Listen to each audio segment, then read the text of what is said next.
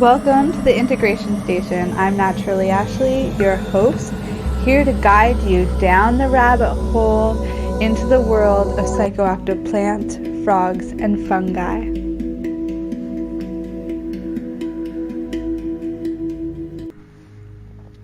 Good morning, you beautiful souls, and welcome to the Integration Station. I'm Naturally Ashley, your host, here with a special guest, Greg. And many of you may already know him or have worked with him in some way, shape, or form because he's been an asset in our group since the beginning. For anybody who is new here, hasn't stumbled onto our network yet, or, is still relatively new to this space, what's really cool about bringing this guy in is his experience across the spectrum, working with different psychoactive plants, frogs, and fungi, this medicine from the earth. He also has his roots in the recreational space and addiction. So this is a really insightful episode for anybody who is just starting out or who knows somebody who's suffering with addiction and really looking for that roadmap to a better life. So without further ado, I'm going to skip the talking and pass them over to you. You're listening to the Pace Radio Network, here at paceradio.net. The opinions of the individuals during this broadcast are their own, and may not be the opinions of their group or other organizations they may be involved with. All medical advice during our broadcast is not a medical opinion and should be checked with your medical physician. Hello, you beautiful souls, and welcome to the Integration Station. I'm Naturally Ashley, your host, here with a special guest, Greg. I've really been looking forward to having him on here, and we've kind of been going back and forth a little bit. But I met him this summer in person. He was been part of our network long before that. Really a great asset in my own personal journey, just with the wealth of knowledge that he brings in and life experience, and I think friendship have come this point too. And Absolutely. Then also, in his story and just this same knowledge, I feel like it needs to go beyond what we've created and what we've shared with each other and just share it with more people. So that was really the inspiration for this, because I know that there's more about you that I don't even know yet. And also whatever I do know, I really do believe needs to be shared with more people. So without, wasting any more time here, if you want to share your story, what brought you to psychedelics and what brought you here? So my first psychedelic experience, I was about 17 years old. Me and my friend got a quarter of mushrooms each. We really had no idea what we were doing. So we each ate the full 7 grams. And it was a mind-blowing experience, to say the least. I thought I was going to be stuck in that state for the rest of my life, and it pretty much scared me off of psychedelics for a good 10 years anyways. And in that 10 years, I was drinking and doing cocaine, and then started doing pills. It was Percocet I started off with. I was doing at the beginning, I was doing 10 a day, and it led into 25 a day with 15 tall cans of beer. And then slowly it progressed into using heroin daily. After trying to get off of heroin, I got onto the methadone program, which was, it just didn't work for me very well, to say the least. I was still using heroin as well as doing methadone. So I kind of realized on my own that had to stop, because my life was just going down the drain pretty much. And my friend gave me a tab of LSD, actually, which is not something you really want to do when you're doing heroin. It's not really a pleasant experience, to say the least, but it definitely opened my eyes to the ways that it pretty much made clear that I had to stop and change my life. So I didn't use LSD to get off of heroin, but it definitely opened my mind to the realization that I needed to change my life. So I still do credit that LSD experience for inspiring me to make the steps to change my life. I did go to rehab for 75 days. And then once I got out of rehab, I stayed clean for about 1 month entirely, like no other substances. Then I started incorporating cannabis and LSD into just my healing journey. And about 14 Saturdays in a row, I had an LSD experience, and I was good for a while, but I wasn't incorporating the lessons I learned from the psychedelic experiences into my day-to-day life. I was just kind of getting the messages and realizing what I had to do, but unless you put the work in, nothing's going to change. And I ended up relapsing. So I relapsed for about 6 months. And then, again, my life was really just going down the drain. And it was pretty much between being a drug addict for the rest of my life or getting my shit together. And, I turned to mushrooms for that. Like I got myself onto Suboxone, which, I had to go through the 24 hours, withdrawals before I could start incorporating Suboxone in. And I did that all sober essentially. But, once I got into a good spot with the Suboxone is when I started incorporating mushrooms into the healing experience, because I was already grounded, I guess you could say. And then I looked to incorporate the mushrooms to kind of guide me on what to do next. So I started microdosing because, after that one experience I had when I was 17, I just thought all mushroom experiences were going to be like that. So I was always a bigger fan of LSD as opposed to psilocybin at the time, at least, just because I just had better experiences with it. Not necessarily better, but more manageable. So I was microdosing for about 6 months. I stopped the career I was doing. I got into cannabis. I started working for the gray market dispensaries just before legalization. It was a medical dispensary. We had naturopaths there, so it was as professional and legit as you could get without being totally legal, which was still fine. And these little steps got me into a little bit more into the psychedelic community. And then I started hearing about DMT from a friend and how it had a major impact on their life. Excuse me. So then I tried DMT for the first time, and it profoundly changed my life pretty much immediately. Whereas LSD and psilocybin, they were good and essential tools in my journey getting to me to where I am now. But the DMT was like a slap in the face, a good one, like a very positive change. Like immediately, the best example I can give, like I went from a staunch atheist before smoking it to considering myself a spiritual human like an hour after. And now I describe myself as a spiritual person to anybody that I meet. And I try incorporating spirituality into my life on a day-to-day basis. So that pretty much got me to where I am now.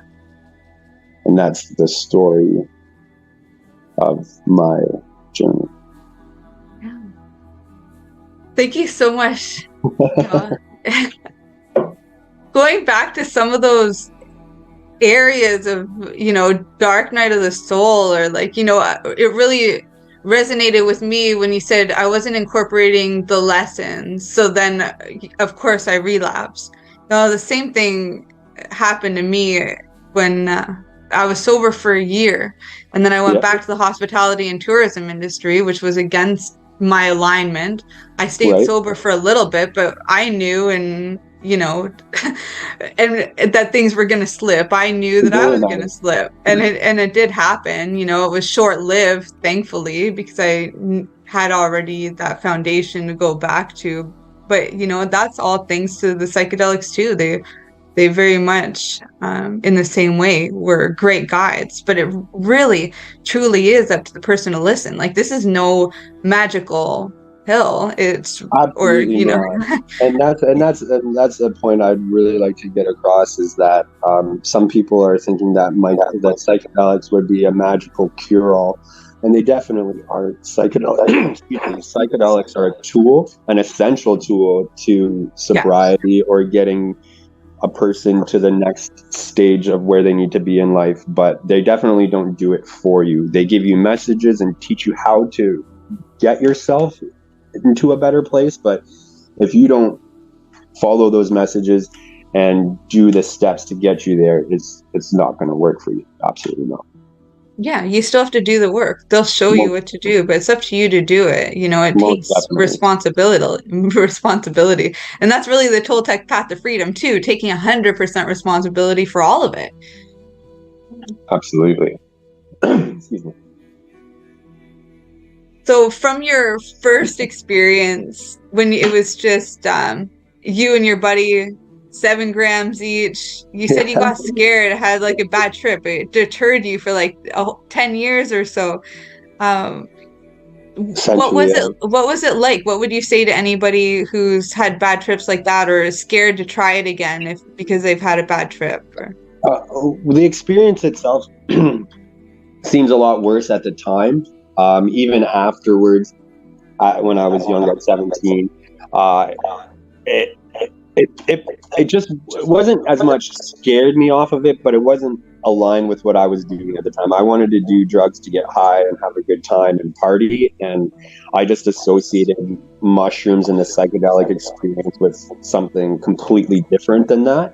So I always had that in the back of my mind, that I considered it more of like a medicinal journey as opposed to a recreational drug. And I was into recreational drugs at the time, and that's all I wanted to do. I had no intention of getting any messages or life-altering, reality-shattering experiences. That just wasn't for me. But after I had abused the recreational drugs for so long and I could not stop abusing them, I was open to anything. Like after rehab and the 12-step programs had zero impact on my life, and I didn't want to live the rest of my life as an addict in recovery that was weak and powerless against my own thoughts.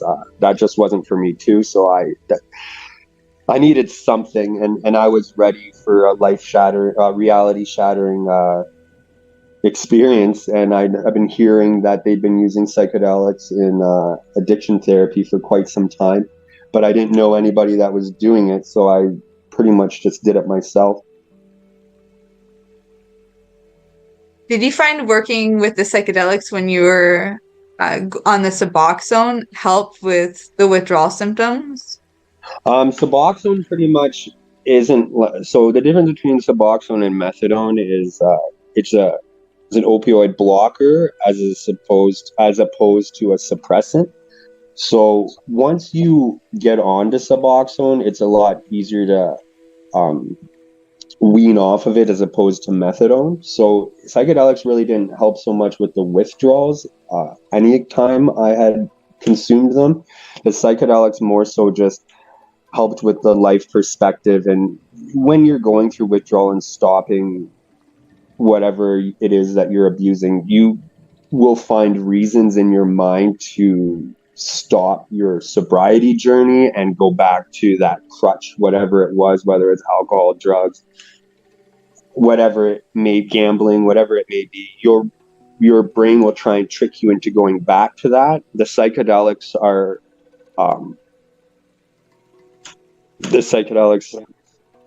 kind of I don't know the word I'm looking for, I guess it's an essential tool in correcting that. They will change your perspective and show you the bigger picture as opposed to your subconscious that's still addicted, showing you just the reward part of whatever it was you're abusing.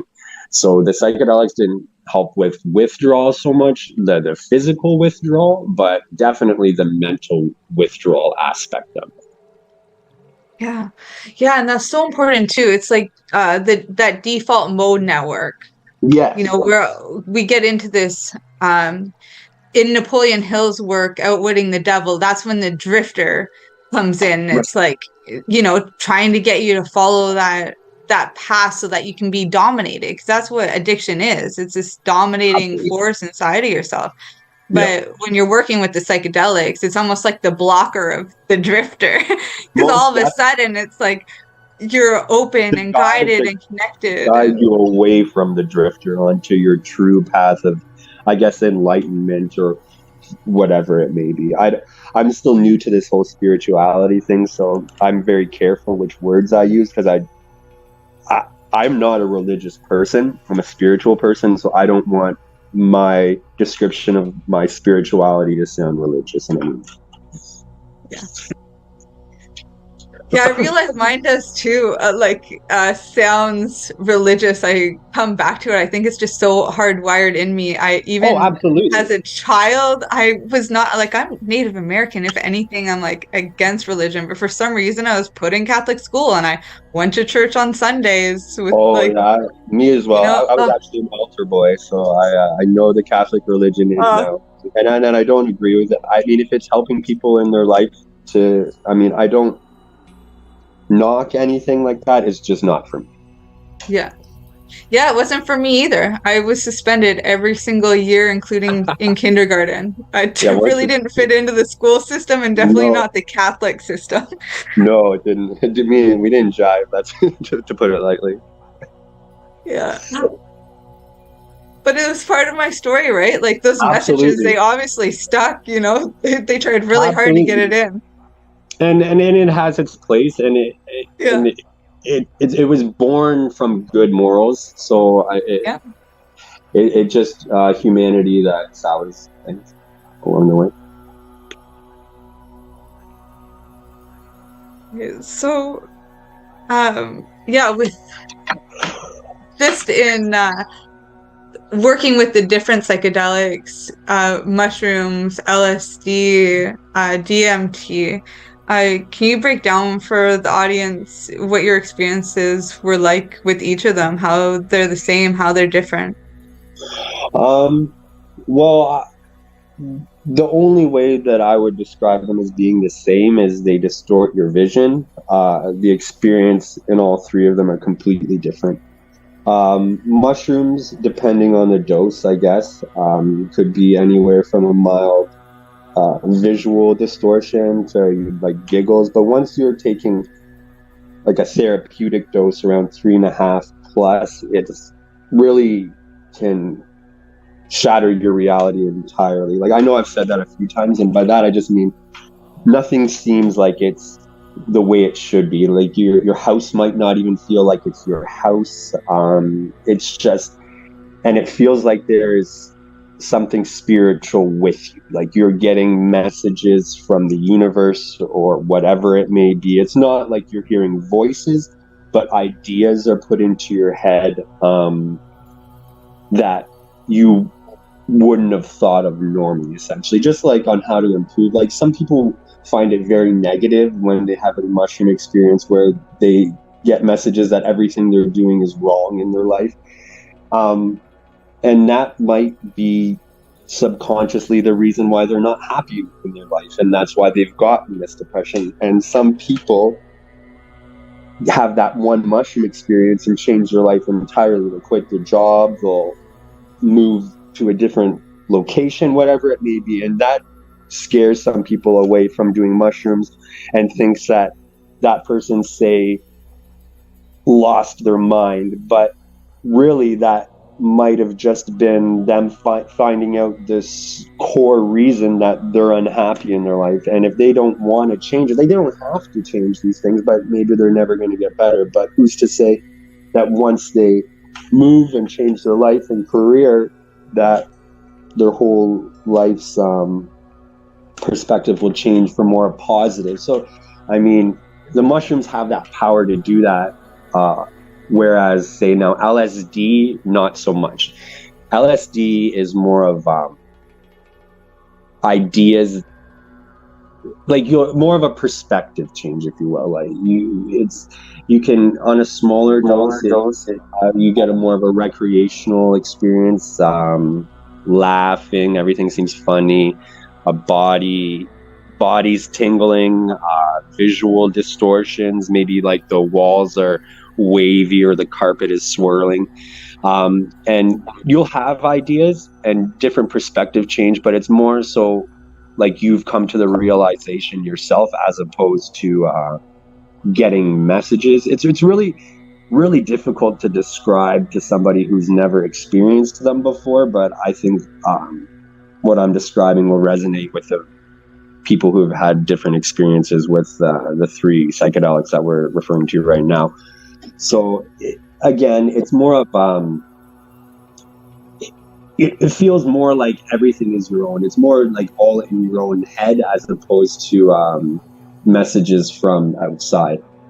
And now when we come to DMT, it's completely different than any other psychedelic. If you smoke DMT, you're blasted off into another dimension altogether. Now, they're doing studies whether or not it's all in our minds or whether we're actually going to another dimension. But me and my personal experience, it feels real. And you're definitely, it's the only psychedelic you can actually communicate with these entities or beings or energy, if you will, that I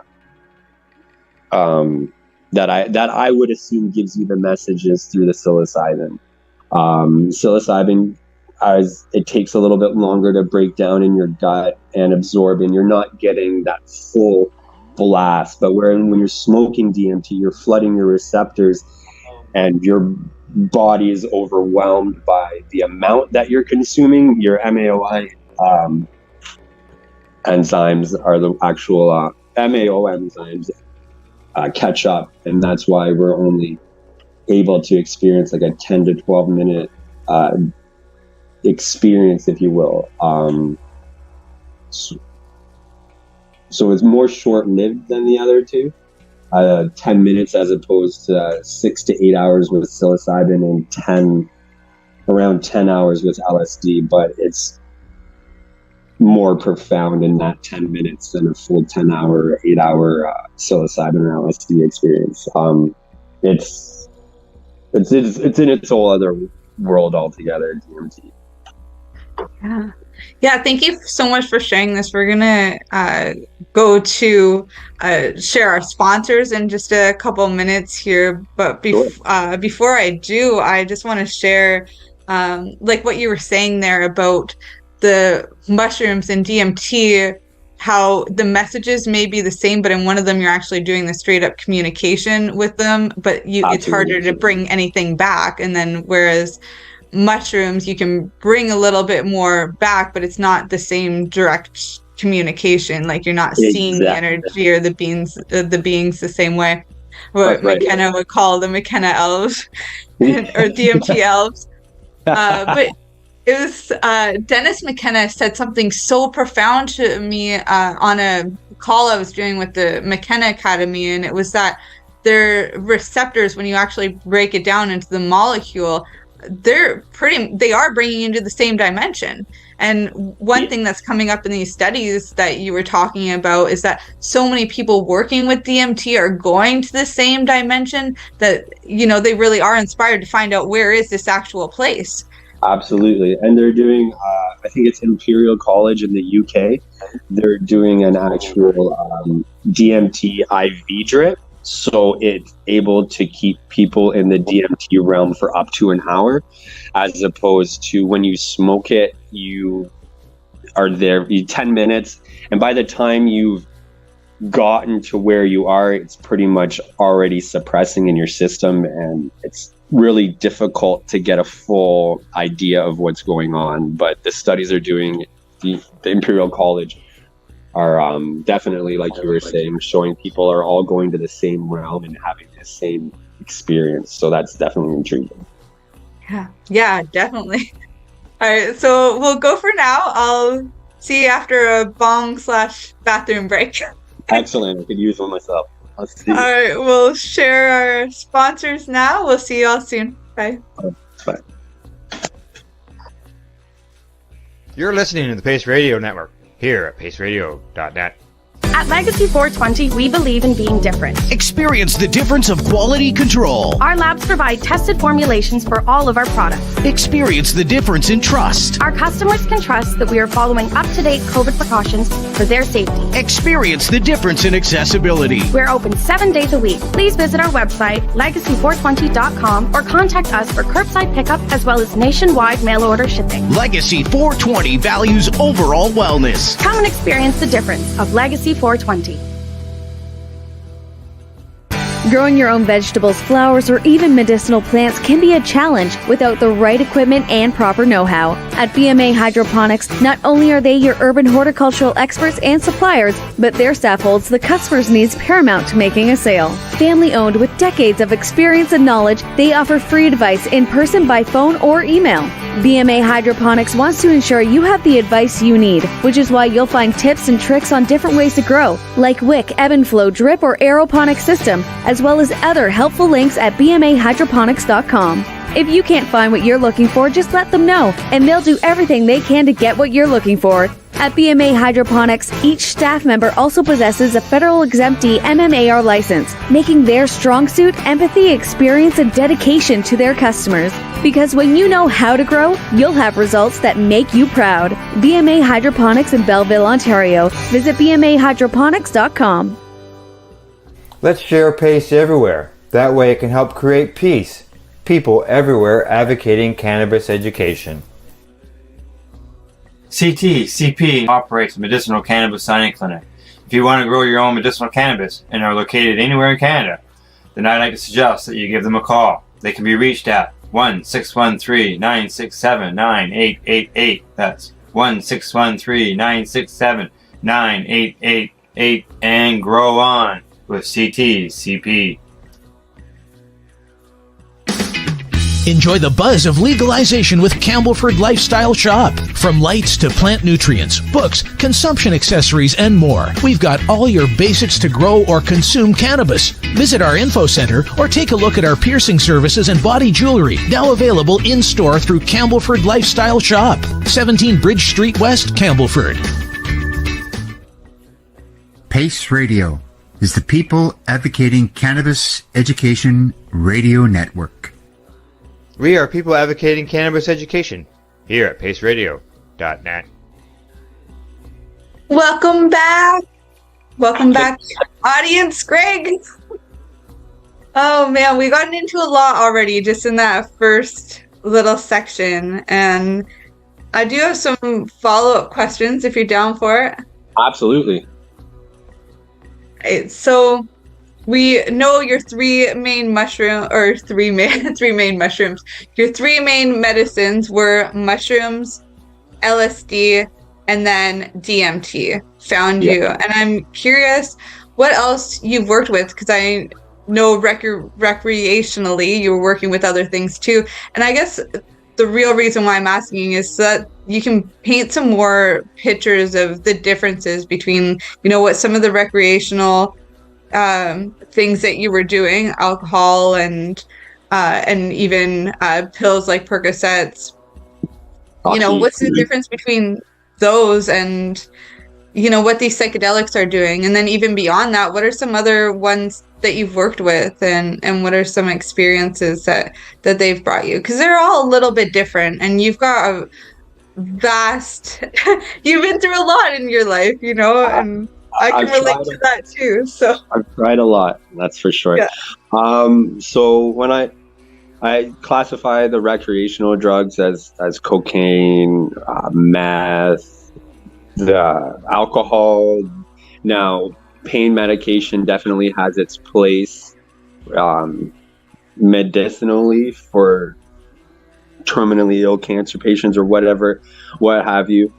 But I had no pain and I was just straight up abusing them. They don't, there's no work being done there. You're just essentially using those to numb something. You don't gain anything from alcohol or cocaine or any of the other recreational drugs I've mentioned. You're just people use them, as including myself, to just get by the day-to-day struggles, if you will. You're not happy with your job, not happy with your current life situation.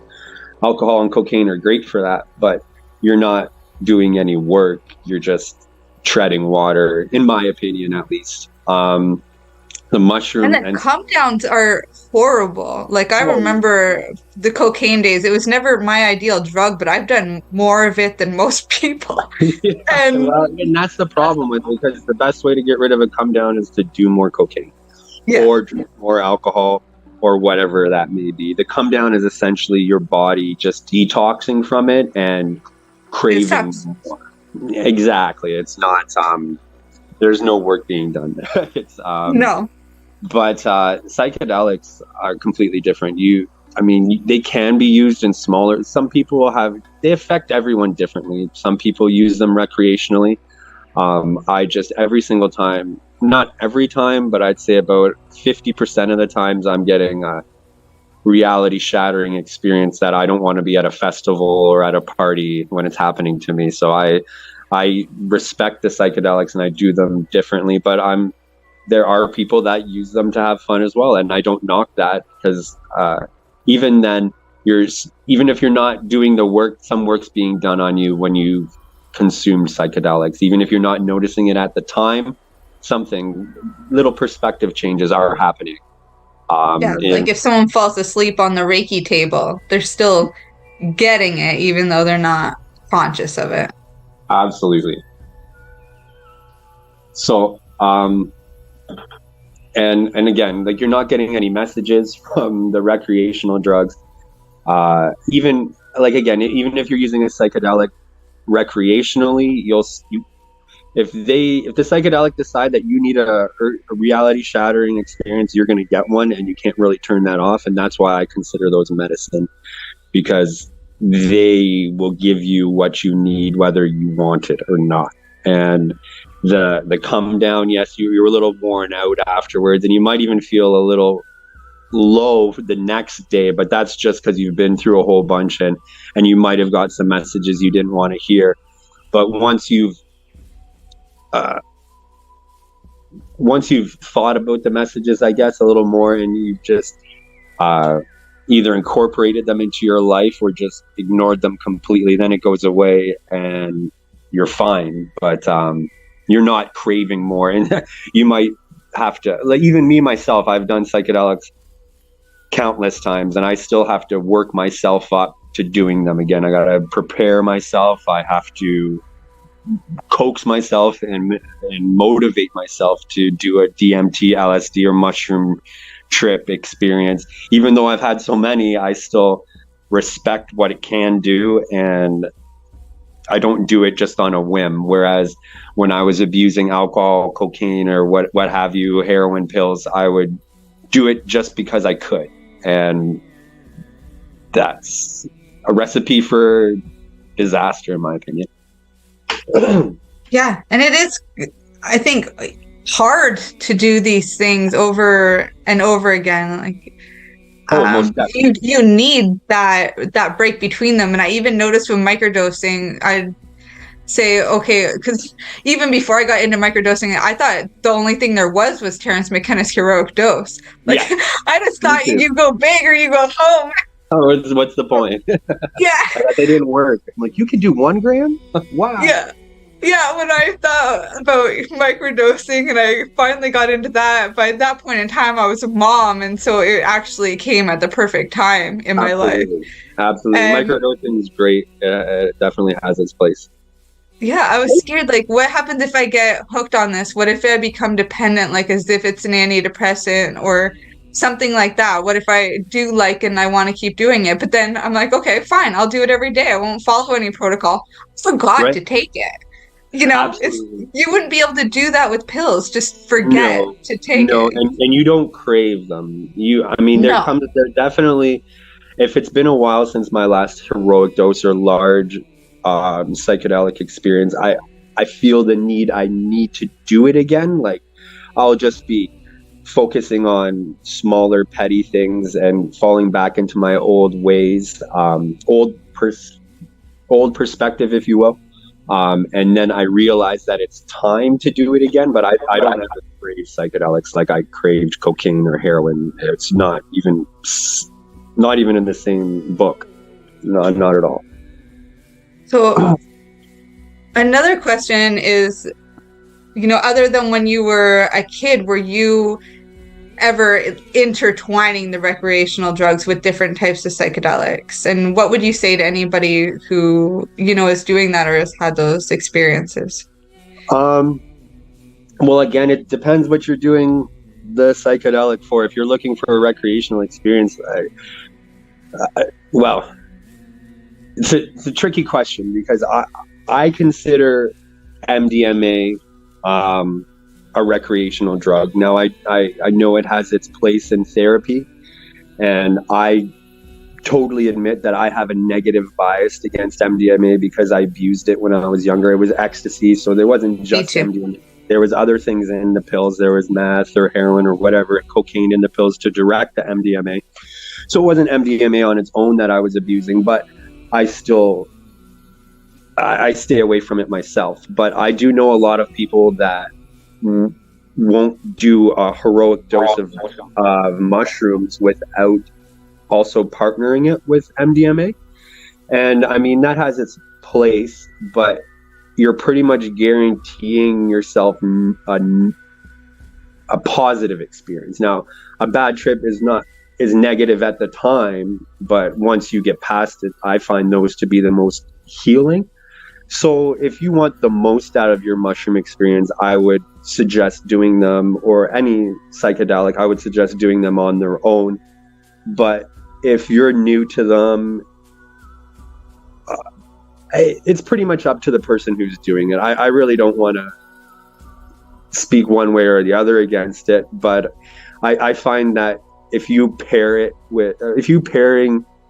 a psychedelic with another recreational drug to dampen or change the experience of the psychedelic on its own, I think that you're ripping yourself off, and you're not going to benefit as much as you could if you just took the psychedelic by itself. Now, there can be some definitely hard psychedelic experiences, but those are definitely the ones that will help change your life if you allow them to, and you incorporate whatever they've shown you that you didn't like, and you try and change that about yourself. That's how they work, and that's how the psychedelics can change your life for the better. That's how they changed my life for the better. So yeah, that's how I would answer that question. Yeah. And thank you so much. I'm kind of having flashbacks there myself of, I had never thought about it the way that you explained it, where they won't even take the 5 grams without the MDMA. I've had people at my house where they were doing that, and I didn't understand why, because I had the same thing as you, where it's like, even though it's MDMA, not ecstasy, it's still synthesized. I still don't really want to touch it. I did do it, but not mixing it with anything. I still wouldn't do that. I do believe that they all have their own separate messages. So yeah, I was curious of that perspective. I'm glad that you shared. I've done it when I first started messing a little bit again with psychedelic. I steered clear of them for 10 years, but I mean, I dabbled with them a little bit before I started using them for spiritual, but I wouldn't touch mushrooms even like 1 gram unless I had an ecstasy pill to take with it. I mean, it's an experience, but it's more of a recreational high as opposed to a medicinal experience. Yeah. And I finally tried MDMA again after a long time, because ecstasy really what became a problem for me at one point. I would just know they weren't enough for me, and I didn't have to pay very much for them because I would sell them in the high school for other people. So even though I didn't attend, I was still young enough that I could get in and out of the doors. Right. So for me, there was no loss of anything in it. But when I realized it was a problem and I got myself better, and it was from listening to my dad. My dad was just explaining to me how they're a bathroom drug essentially, and some stuff that went into it. And he was a biker before he passed away. He was born into that life, so he had a lot of knowledge, and I took him seriously. He wasn't mad. He wasn't anything. He was just straight up explaining it. And I got Maybe myself back to off. back. Yeah, I needed the honesty. I needed the space where I could be myself. I wasn't bad, but you know, I got what I needed, and there was obviously better tools out there. You know, he didn't share what those were exactly, but It's good to find things out. He wanted you to find things out for yourself, because yeah, you can't tell people what tools they need, because everybody needs a different tool. So absolutely. And he gave me that space, which I appreciate. And when I tried MDMA again, it was years later, probably 10 years later or something, and I purged so bad. And then the most incredible thing happened where I was like just seeing auras, and I couldn't even believe it. I had a couple other experiences, but it still never sat with me. I don't know if it's because I programmed myself over the years of not letting it in. So it would be really purgative and hard on me. It wasn't the same party drug that I remembered with ecstasy, and it wasn't the same thing as people were doing at the raves, because I went to one of the raves on it, and it was not as enjoyable as everyone made it seem. I was listening to an interview, and I probably shouldn't even be referencing it because I can't speak on it, but there's studies being done by university that people who have done so much MDMA, they actually overload their receptors, so they hit a point where they actually get the opposite effect from MDMA every time they do it. Now, I can't reference the interview or the studies that are being done, but it's definitely a thing. So I think that might be what you and I both experience now if we were to touch MDMA. Yeah, it definitely didn't have the same effect, and it was more pure. I know it was pure, unlike what I had when I was a kid, which is why I allowed it into my body. But the experience, I did it 2 or 3 times, and it was, the one time didn't even need to happen, to be honest. But it's something to talk about now. Otherwise, I wouldn't be able to be here sharing that experience. Absolutely. Yeah. All right. So, what out of the psychedelics, which ones are you still working with now? What are the reasons for still staying close, having this reverence and respect? I believe that it's going to be a lifetime thing for me, that I'll be working with psychedelics, and I'm more than okay with that. At the beginning, I was incorporating experiences a lot more frequently. Now I do a 4 to 5 gram dose of mushrooms 3 or 4 times a year, LSD 2 or 3 times a year, and I smoke DMT once a month. And that's basically just I lead a pretty busy life right now. I got a lot of things going on, so it's just pretty much the time that I can commit to it. And sometimes you need a day after a mushroom or LSD experience, depending on what messages and experience you got, and you don't really know that until afterwards. So I usually try and allot 2 days for myself for a mushroom or a LSD experience, the day I'm tripping or experiencing the psychedelic, and then a day to just regain and process everything that my mind went through the day before. Sometimes I don't need the second day, but it's usually good to have it there anyways.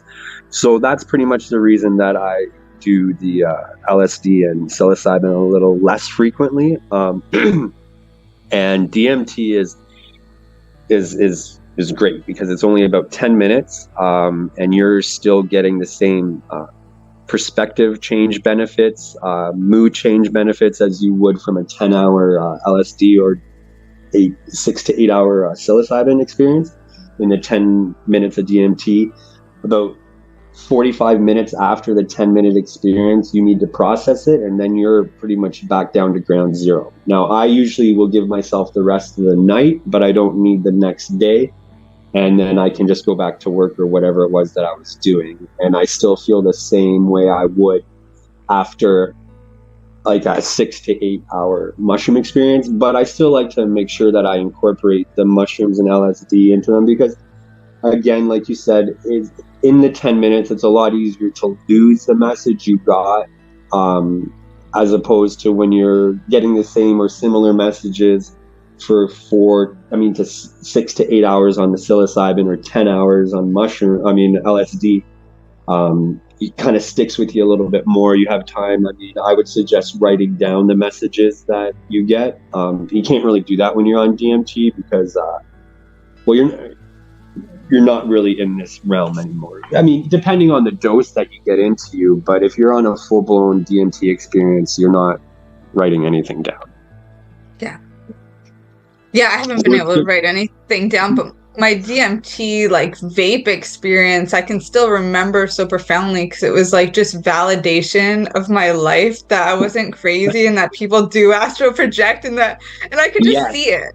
But see now that those things you don't forget, the experience itself, the astral projection and the affirmations that you're not actually crazy. There is more to life than what society acknowledges right now, and that stuff sticks with you absolutely. But more so just the messages on what you need to improve or change your life for the better are the ones that kind of lose from the DMT a little easier. So that's why I make sure that I incorporate mushrooms and LSD into my life as well, and I plan to for the rest of my life.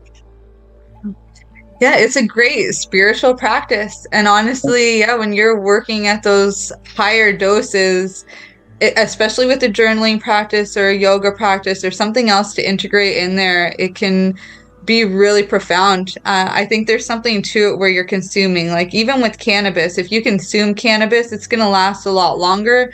Whereas when you smoke it, even if it's the same dimension, like Dennis McKenna was saying with DMT, I think somehow maybe because of the way that we breathe, it metabolizes faster.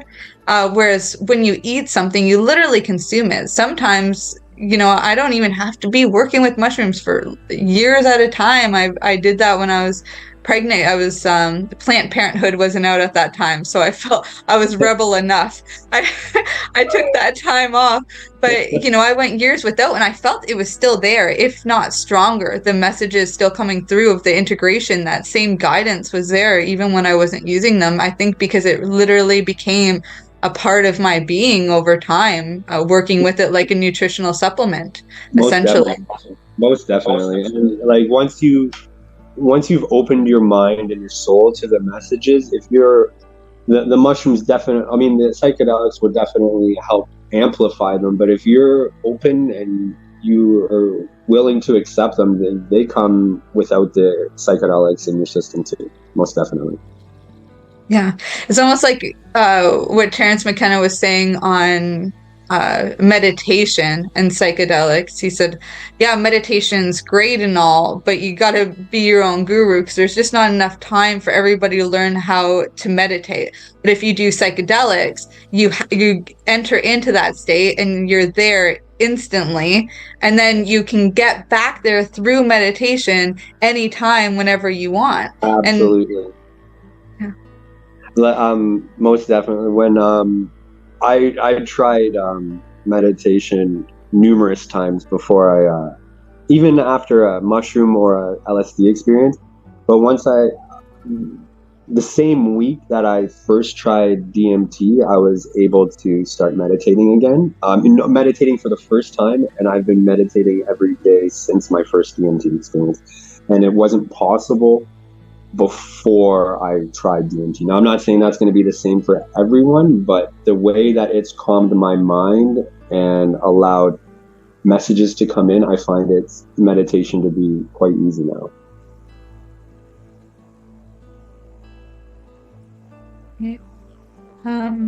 I've had some crazy meditational experiences because for me, it wasn't the DMT that brought it. It was after I got sober, so the alcohol had fully left my system. It had been quite a while, and I had this really profound heroic dose experience. I've had heroic doses in the past, but once I had that one specific one, I swear to God, I could levitate in my meditation. I obviously wasn't, or maybe, I don't know, nobody was around. It could be like that Batman thing. Nobody can say I'm not Batman. They never saw me and Batman in the same room. Maybe I was levitating, but I definitely felt I was, and nobody was there to see me not do it.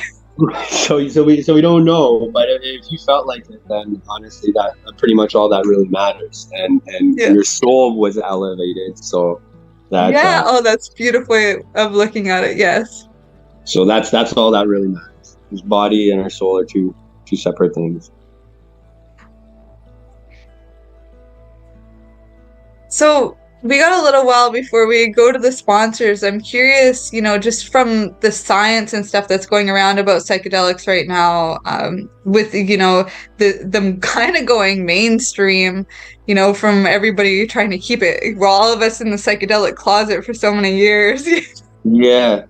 Like, what's your take on all of this? It scares me a little bit. I see what happened when cannabis became legalized. Just the government gets their hands on it, and monetization becomes the main focus instead of what the actual, well, we'll use cannabis as an example, what cannabis can actually do for people. And that kind of concerns me about psychedelics. I mean, the psychedelic itself, like I was saying before, you're going to get the experience you're going to get. But once they start modifying them, I hear they're trying to make mushrooms that will never give you a bad trip. LSD that doesn't make you trip at all. So it just gives you the, so I don't know. I'm concerned about it a little bit. I think it's great that it's becoming more in the mainstream and it's becoming more accepted in society, and people are gaining from it mentally and like emotionally.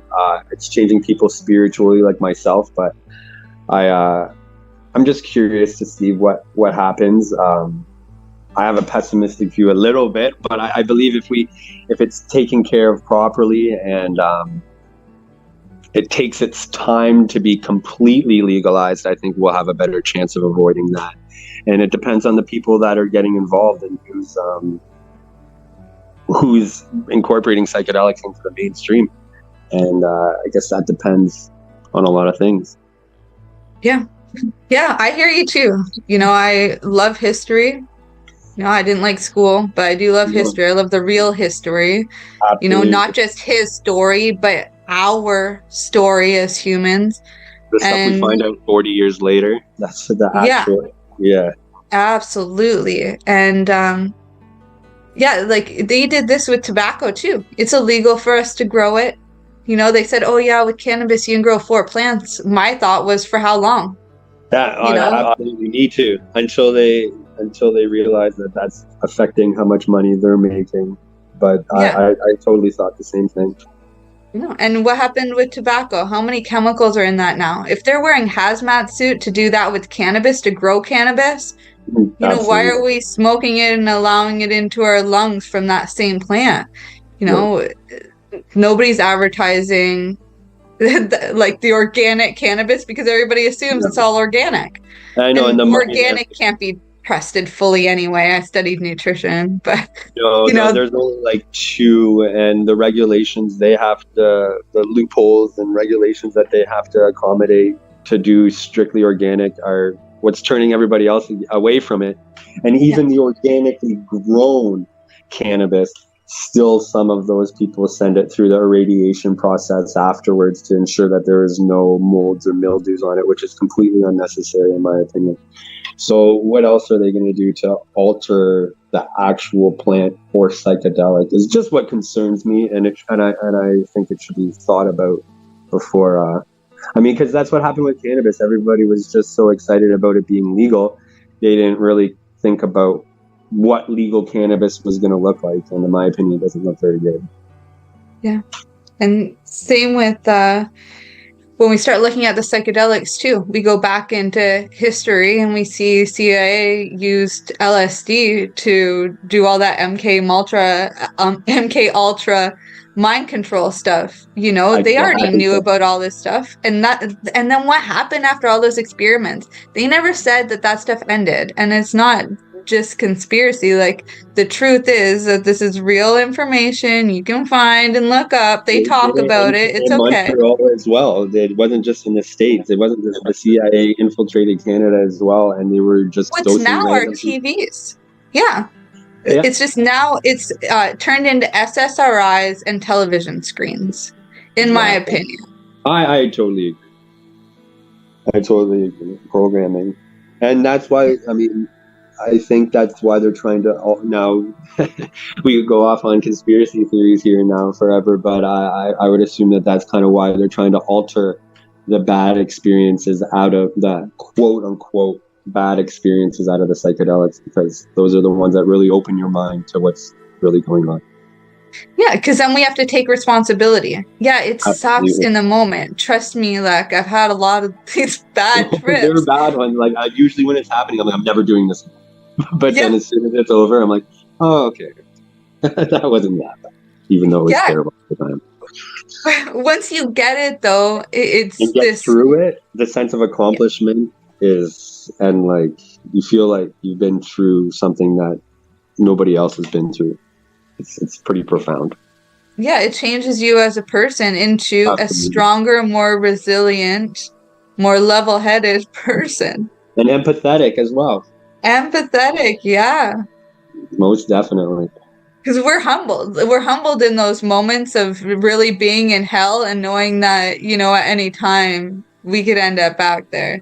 It's humbling to know that we can hit that kind of a bottom. But a different appreciation for the life that we're living right now. Even the hard times, it makes you realize that, hey, you know, if you've been through that, then whatever's happening right now isn't, your Amazon order is not coming till tomorrow. It's not really that big of a deal. Yeah. We're such in that world now, though, where it has to be instant. It has to be now, and we don't have to work for nothing. And there's nothing. We don't even have to get up off our butts. And then if we don't get it without working, we get all disappointed and the sense of loss. So we need, and that's why I think psychedelics, it's work, but you can do it on your couch or laying at home. You don't really have to go out. You can do this work on your own, and it's life-changing. Yeah. But for somebody who's used to sitting on their couch, ordering food to their house, ordering whatever it is that they need and never having to move anywhere, you know, for that person, it might actually inspire you to get up and go for a walk. Exactly. And that's the beauty of this.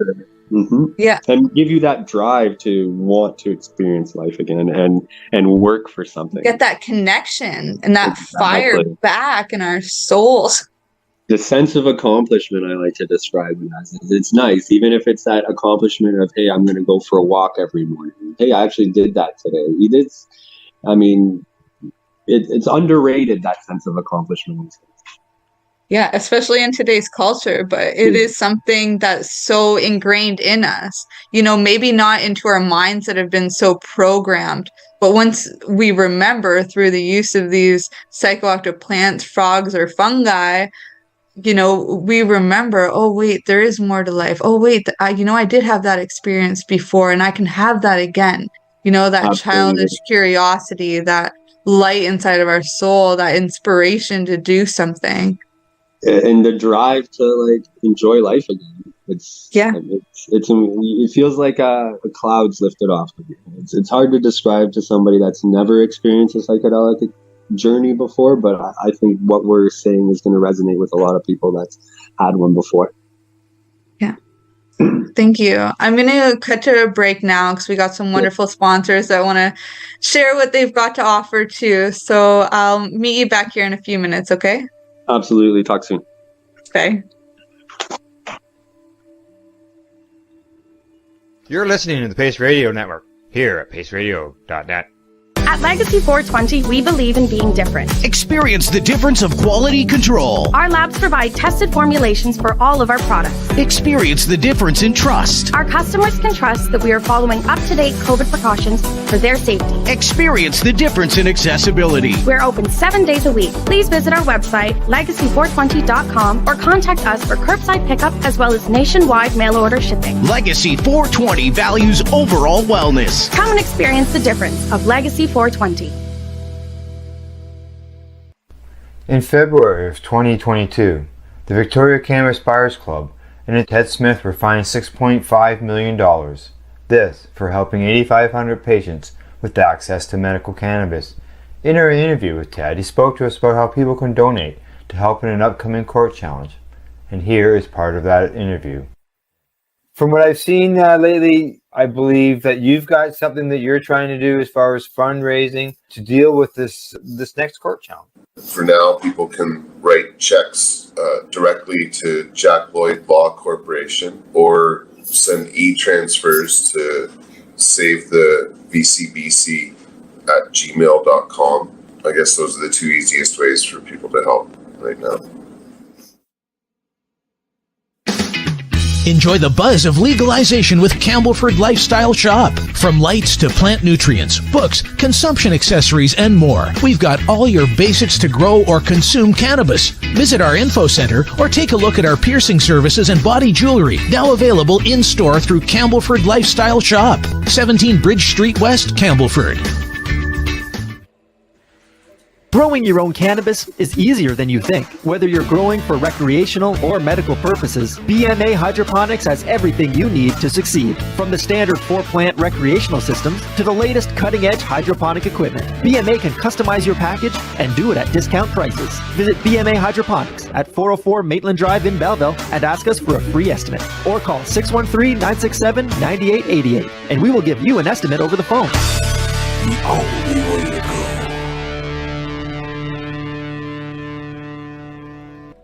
We are people advocating cannabis education here at paceradio.net.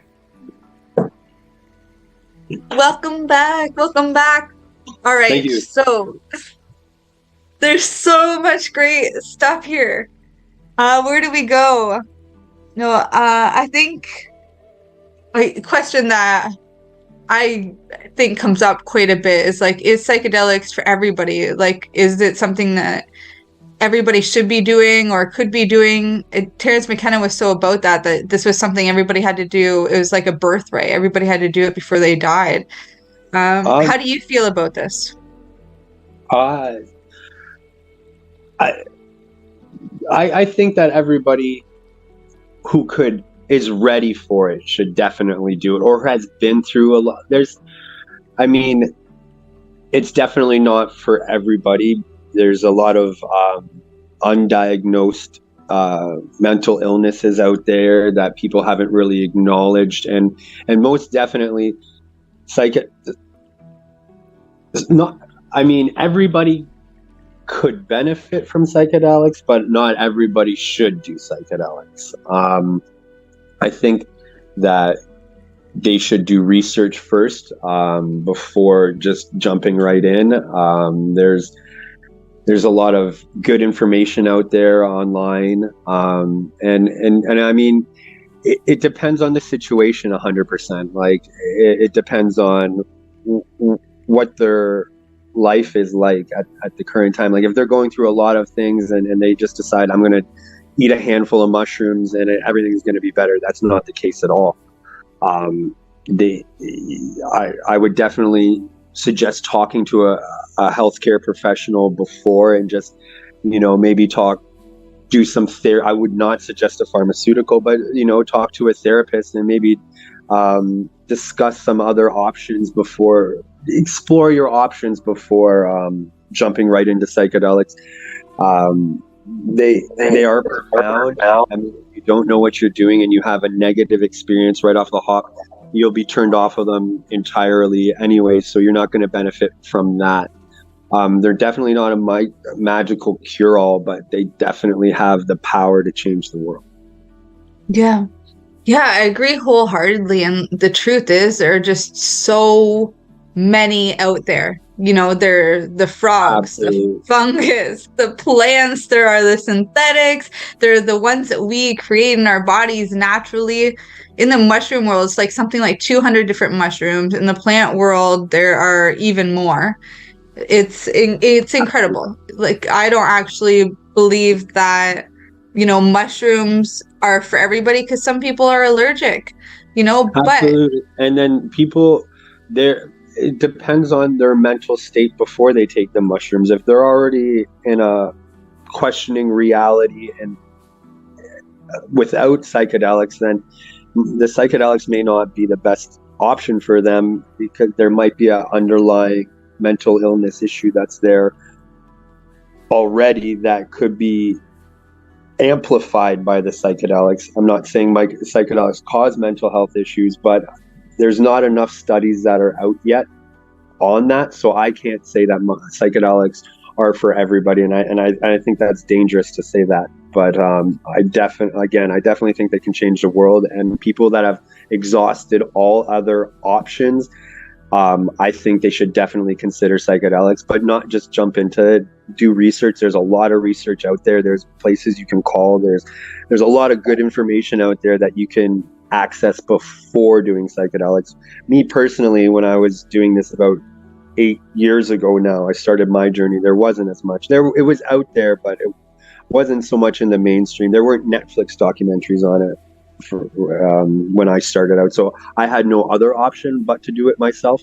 But I'm not suggesting that anybody just dives into trying to heal themselves without some guidance from at least an experienced user.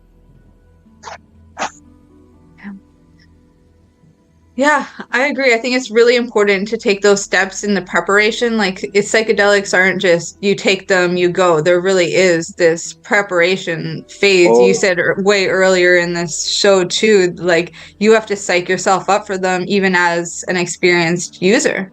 Oh, most definitely. And you can prepare yourself as much as you want, and you're still not going to be entirely ready for the full experience that has a potential to happen. Not every experience is going to shatter reality and make you question everything, but you've got to be ready for those ones to happen. And if you're not prepared for that and you haven't even heard about it, psychedelics could have a negative experience on your life, I would assume.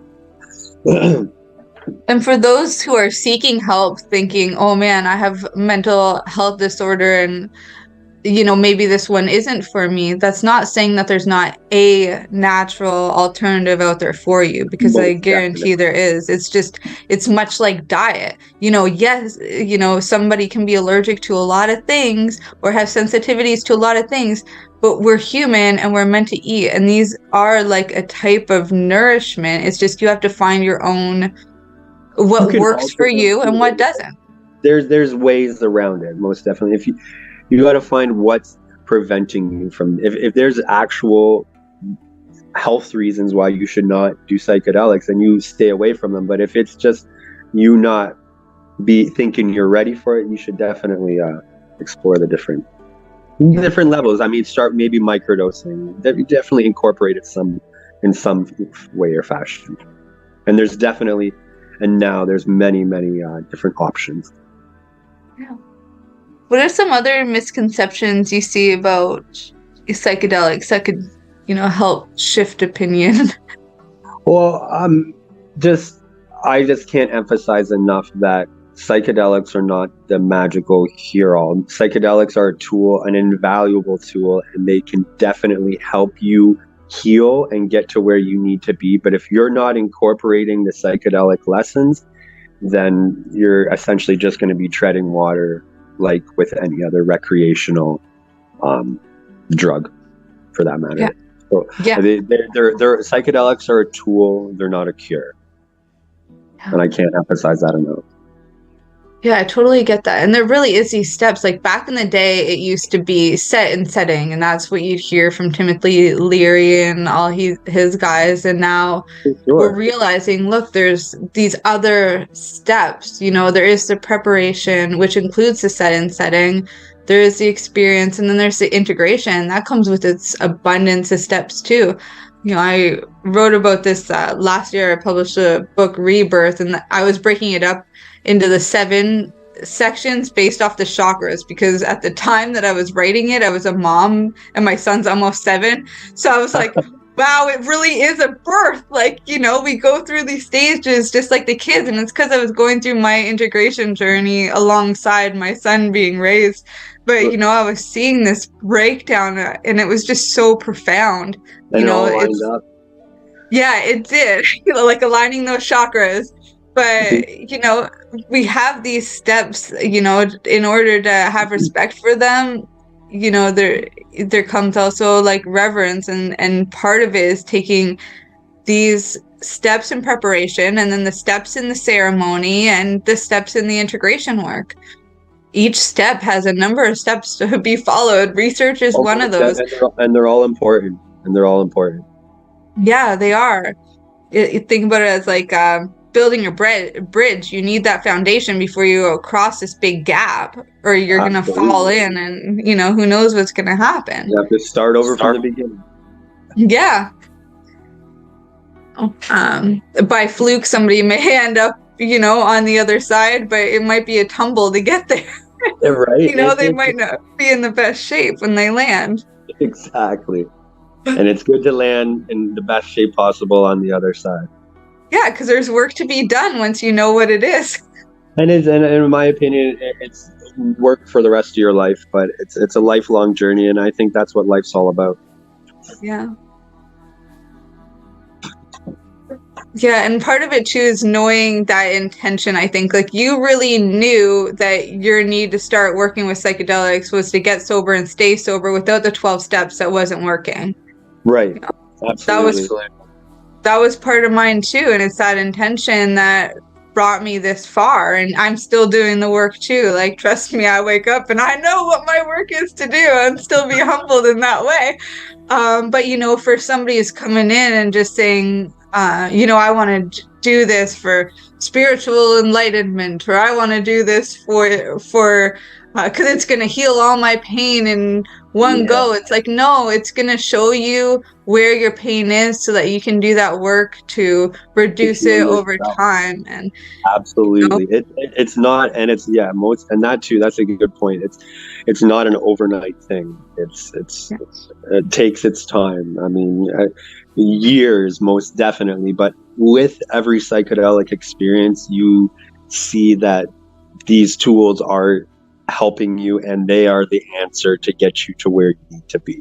So after, you're not going to be cured or healed after the first, second, or third experience, but you'll get that motivation and you'll get the affirmation that it's definitely possible to heal with psychedelics if you do the integration, as you were saying. Yeah, and it's not like when you go to the pharmaceutical industry or to your doctor and they prescribe you something, whether it's pain meds, which are ridiculous because even somebody who's never addicted to anything can get addicted within 2 weeks. Sometimes it only takes one dose. So, there are these crazy risk factors. But some of them, like SSRIs, you're on them for life. Some, like the diabetes medication or things that they're giving women for PCOS, you're on there for the rest of your life, and when it comes to the psychedelics, you don't have to take them every day. You won't, even if you're on this journey for the rest of your life. Like absolutely. Greg, who's committed as a spiritual practice, is a couple times a year. It's not every single day by regimen. And you don't have to. Like, I don't have to. I choose to. And SSRIs and these other medications and pain medications, you have to. Otherwise, you'll get sick. I can't speak for the side effects from withdrawal from SSRIs because I don't know them, but I can't imagine those are too pleasant either. If you stop working with psychedelics, you just won't get any messages. You can still work from the messages that you've already gotten, and it's still possible to totally improve your life and continue on the path without incorporating psychedelics. It's just I choose to. And that's the difference between pharmaceuticals and psychedelics, in my opinion, at least. Yeah.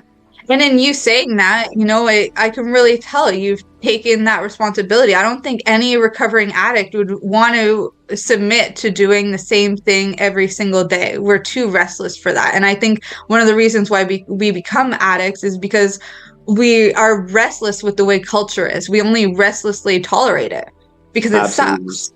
Yes. So why would we want to give away our power to be on some medication so we can numb what we don't feel is right in ourselves? Just to fit into society's measures of what a person should be. It's just uncomfortable. And that's why I think not everybody, but there's so many people that are on SSRIs and they're prescribing more and more every day. But I think society's starting to realize that all of those medications are a band-aid. They don't fix anything.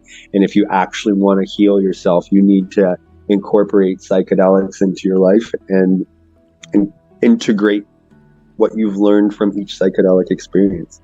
And that's the only way to truly heal. And I think everybody's starting to realize that. Yeah, I feel that.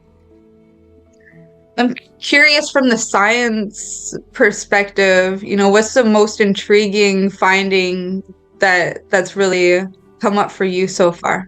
It has to be that the studies they're doing at Imperial College with the intravenous DMT drips, where they're keeping people in for about an hour, and each we touched on this a little bit before, but that's truly mind-blowing to me, that people that have never met each other before, are not in the same room, are not having the experience even on the same day, are all reporting to go to the same dimension, communicating with these same beings or energy or what have you, and they're actually mapping these realms, and the different participants in this study are all mapping very, very similar realms, and they have no knowledge of, they don't know the other persons that are being participants in the study. So I mean, that just brings up so many more questions, and that's why I find it truly amazing. We're just at the precipice now, and I think we're going to find so much more out in the next few years that society is going to have major changes. Yeah. When I hear that study, as cool as I know the outcomes are going to be, whether they tell us the truth or not, it's still a step forward. It's crazy to me to think that, when we think about mushrooms, you're consuming it, DMT, you're normally inhaling it. But this is a drip. This is a totally different way of taking it. Chances are the effects are going to be quite different already, but let alone that it's continuous. Like, you're staying there for a long time. It's when you're smoking it, you're like flooding your system, and I think that's what makes it so disorienting. Like, you're launched there, but they give you enough to get you there, and to keep you in there is what's actually, because when you smoke DMT, DMT is the active ingredient in ayahuasca too. So when you consume ayahuasca, you're consuming DMT, and it has the MAOI inhibitors in the plants. So it actually allows you to, the DMT to absorb into your liver that way. So you're getting, but at the same time, because it's absorbed in through your stomach, you're not getting it directly into your bloodstream, and that's why the intravenous drip in the continuous intravenous drip that they're doing at Imperial College is essentially groundbreaking, in my opinion, because I mean, you're getting a lengthy DMT experience when you're consuming ayahuasca, but it's still not amplified as much as when you smoke it. So when it's directly administered into your bloodstream intravenously, you're still getting the same intensity as when you smoke it, but for that extended period of time like you would get for ayahuasca. So I mean, sign me up. So why do you think, they forbid this science for a long time? Why do you think it was lied about and, kind of kept underground? What's your take on all that?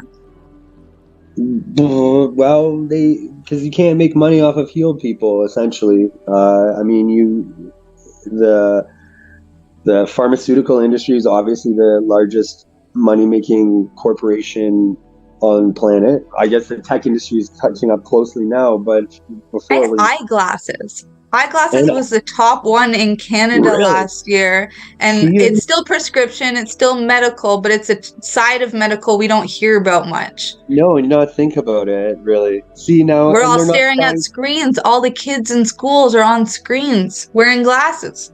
Oh, and they don't, and they're like, here, glasses, your problem solved, instead of let's correct your vision.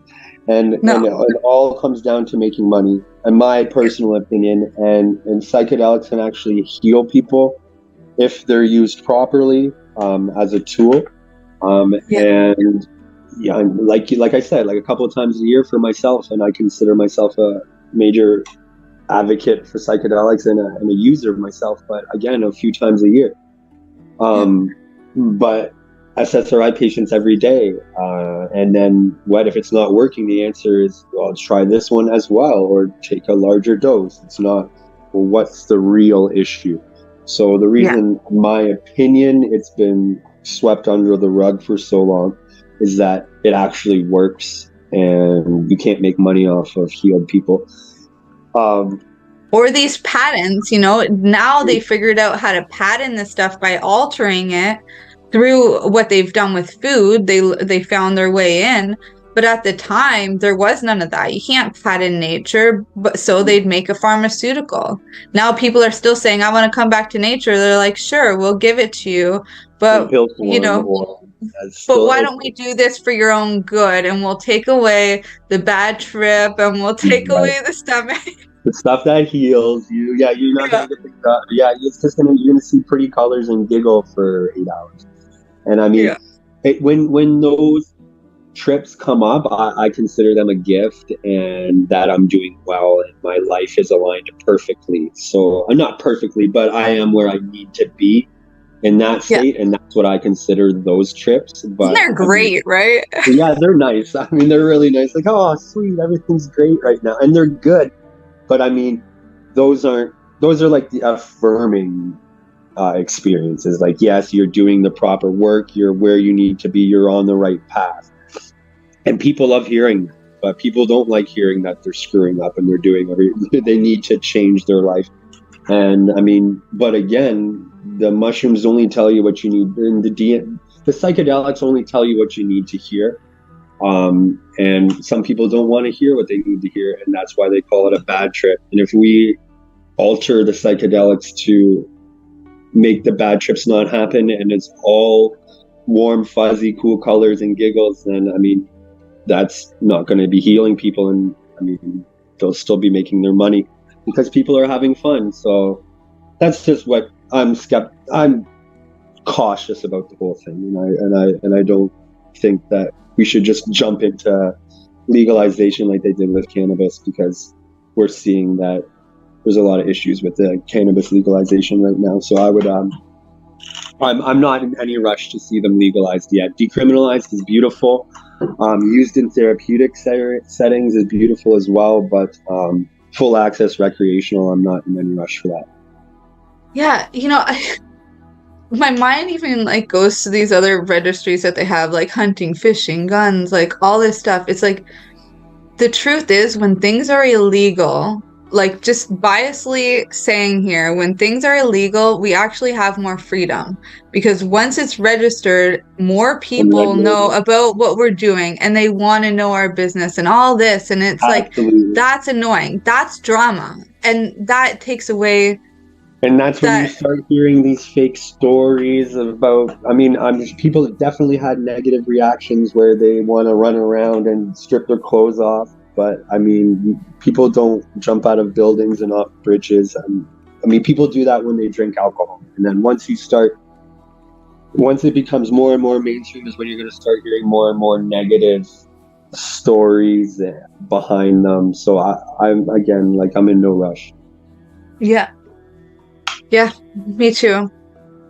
All right. So do you think that when they bring in psychedelics into the medical field and, you know, back into pharma and things, because right now it is already happening, whether we like it or not, and that's where it starts before legality, or before, you know, we're allowed it as a recreational, even though we're not using it that way. But, you know, do you think that they're going to bring any spiritual aspects to it? Hopefully.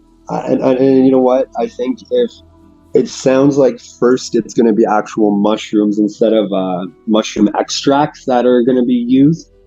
And the mushrooms for spirituality anyways. Like, I don't think... It's between the mushrooms and the patient, in my opinion, whether or not the therapist or the person administering the mushrooms is a spiritual person. regardless. I mean, I'd be wary of taking mushroom from somebody that wasn't using mushrooms themselves. I would think that I wouldn't trust the situation, in my opinion. I think that if I was seeking help in a therapeutic situation, I would want, not at the time obviously, but I would want the therapist or the person administering me the mushrooms to know what mushrooms do to them, as well as before they say it's okay for them to give it to me. So yeah, why don't they do that in the medical industry already? Like, I question that. Like, imagine if all the doctors had to take all the psychiatry medicine that they're giving out. Some of them do. Like, I've worked with some psychiatrists that have been on some crazy formulas, but you know, they're the ones that are coming to me for psychedelics now. Right?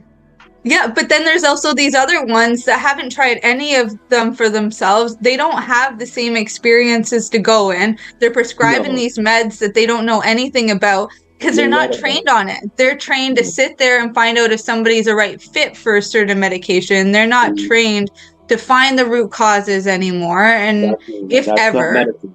That's not medicine. That's glorified drug sales. I mean, sales representative, in my opinion.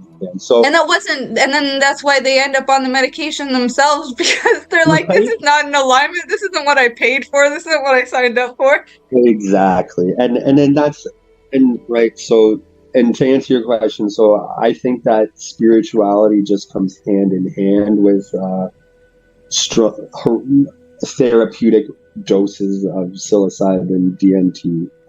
LSD is a little less spiritual in my opinion, but it's if your intent is spirituality with LSD, then you'll definitely achieve it. But for psilocybin and DMT, I would say that spirituality just is a side effect from them. It comes along with it. Yeah. Thank you for that. And it's in its natural form, right? Like LSD, you're saying already, it's not as spiritual, but it's also a mushroom or a fungus that's been modified. But it has been. It's synthesized from the ergot fungus. But again, it depends. LSD has a lot more human variables to it, like interaction. Like it depends on the chemist and where you're getting it from. So there's a lot of different forms of LSD because the chemicals they're making to produce LSD aren't widely available and they're very regulated. So they're synthesizing the chemical that's been synthesized. So LSD is quite hit, and LSD is great and it has you just have to make sure that you're getting it from a very trusted source, whereas mushrooms are just a fungus that's grown, so it's all very, very limited human interaction with them. And DMT is extracted from a root bark, so again, you're just extracting it, you're not synthesizing it. And that's why I think it's more common to have a spiritual experience through those two as opposed to LSD, because again, you don't really know the purity levels of the LSD you're getting. And it depends. Like if you're taking LSD to come up with a new solution to a scientific problem or a different mode of computer programming, then you're not going to get a spiritual aspect from it. But again, like it's definitely a positive tool to incorporate. So yeah. Do you ever work with mimosa on its own? Mimosa for DMT, Mimosa hostilis. Do you ever work with it on its own? No, the concentration levels are very, very low. So that's why it has to be extracted. It's like mimosa is considered one of the most rich DMT plants out there, and it only contains about like a 1.7% volume of DMT, so very, very, very low.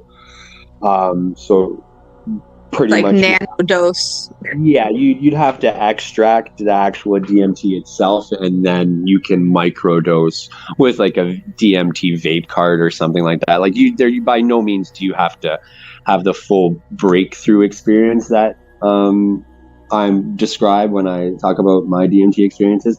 But from my experience and the people that I know that have smoked DMT and had the breakthrough experience, any other experience after that just seems like not like a waste of time, but just, you could gain so much more by having to go in deep. Yeah. Like even for mushrooms, like personally, like I don't, now that I have no interest in recreational doses of mushrooms, so I do microdose, but that's just to help keep my mind calm and in between my larger 4+ gram doses. And now I don't bother really with a 1 gram. I just go in deep. I use them medicinally. So the microdose is definitely has its medicinal values, but to get that real healing and the true messages, I go for the large dose. Yeah. Thank you so much. I've felt that myself too, for a big period of my journey. So we got about 7 minutes left here. And I just have one last question for you. Sure. And that's, it's something I ask all of our guests here. And that's, if I was to hand you a dandelion to make a wish for yourself or the planet or this movement, what's that wish that you would make? I would wish that everyone would just take a second to breathe and really just think for themselves. Try and maybe turn off the news or social media for even 1 day. Try 3 days and just really think for yourself and just enjoy life and nature and everything that's around, as opposed to being told what to be worried about and what the next thing to be offended by. Just take a breath and think for yourself. Yeah. Oh, thank you. I love how you put that into perspective too, because it's so true. And I do it. I go on airplane mode quite often, and when I go on road trips, oftentimes it's off or it's on music and audio, and still again airplane mode. That's kind of my thing. Exactly. It's good. I do it often throughout the day. You owe it to yourself, and that's even a form of meditation in it. Meditation isn't completely clearing your mind and focusing on nothing. It's just relaxing your mind and focusing on yourself and your breath. Yeah. And if you can take the time to get outside, it really absolutely is a representation of getting outside of yourself too, getting outside of that mind. It's such a beautiful change in environment. And we're both, you and I are in Canada here. It's winter, and we can still get out there. Even 10 minutes, just like even walk up and down the street will just change how you go about the rest of your day. It's unbelievable. I make sure I go every day. Yeah. Even if it's walk to the end of the driveway and back. It's just that fresh air and the sunlight really will change your life. Yeah. Yeah, I agree wholeheartedly, and we need it more in these times of years, or the time of year. We're about halfway through winter now, and this is the snow moon today on our recording. So it's a really powerful one. But after this, things get warmer and longer.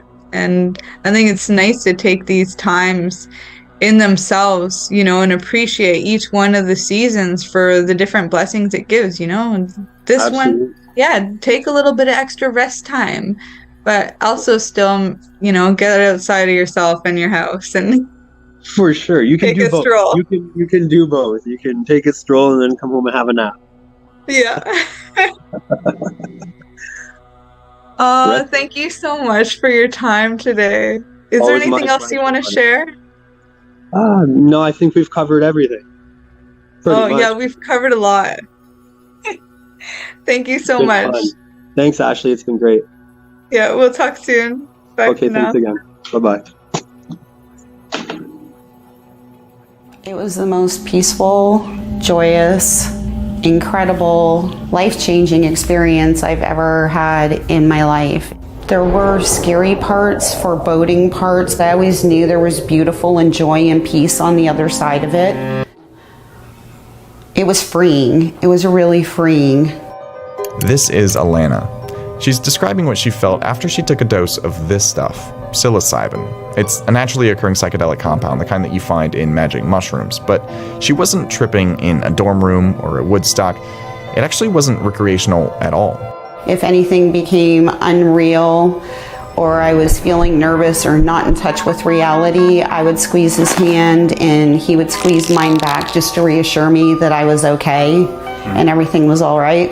It was part of a controlled medical test to see if psychedelics could be useful in helping people quit cigarettes. Alana had been smoking for 37 years before her session with psilocybin, and she hasn't had a cigarette since. Research on psychedelics for medical use is preliminary. Most studies suffer from really small sample sizes, and that's partly because the federal government lists LSD and psilocybin as Schedule I drugs. So researchers face extra red tape, and funding is really hard to come by. Vox writer Herman Lopez reviewed dozens of studies that have been done, and he found that psychedelics show promise for treating addiction, OCD, anxiety, and in some cases, depression. One small study of 15 smokers found that 80% were able to abstain from smoking for 6 months after a psilocybin treatment. In a pilot study of 12 advanced cancer patients suffering from end-of-life anxiety, participants who took psilocybin generally showed lower scores on a test of depression. And a smaller study suggested that psilocybin treatment could actually help people with alcohol dependence cut back on their drinking days. We don't have all the answers as to what exactly these treatments are doing in the brain, but they seem to work by providing a meaningful and even mystical experience that leads to lasting changes in a patient's life. The issues that I talked about or thought about or went into during my experience were transformative in the sense that I got to look at them through a different lens. I know this sounds weird. I feel like I have more connections in my brain that I couldn't access before.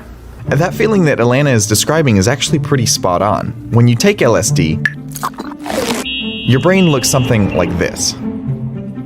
You can actually see a higher degree of connectivity between various parts of the brain. It's not limited to the visual cortex. This communication inside the brain helps explain visual hallucinations, and the researchers argue that it could also explain why psychedelics can help people overcome serious mental issues. They wrote that you can think of psychiatric disorders as the brain being entrenched in pathology. Harmful patterns become automated and hard to change, and that's what can make things like anxiety and addiction and depression very hard to treat. The reason that those kinds of conditions are so difficult to treat is that there's something more to them than just the illness. That's Albert Garcia Romu. He's a Johns Hopkins researcher who's worked on studies of psilocybin and smoking addiction, like the one that Alana's involved with.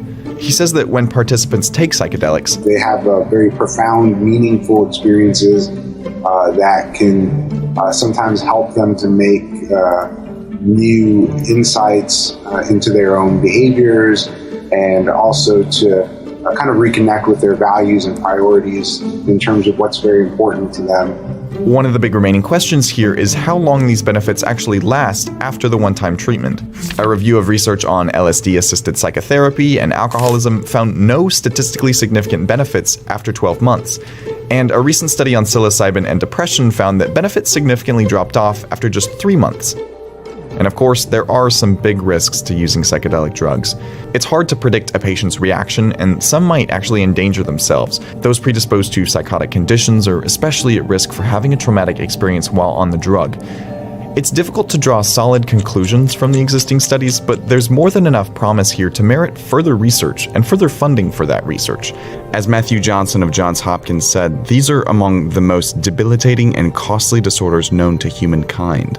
For some people, no existing treatments help, but psychedelics might. One thing you might still be wondering is why so much of this research is so new when we've known about psychedelics for thousands of years.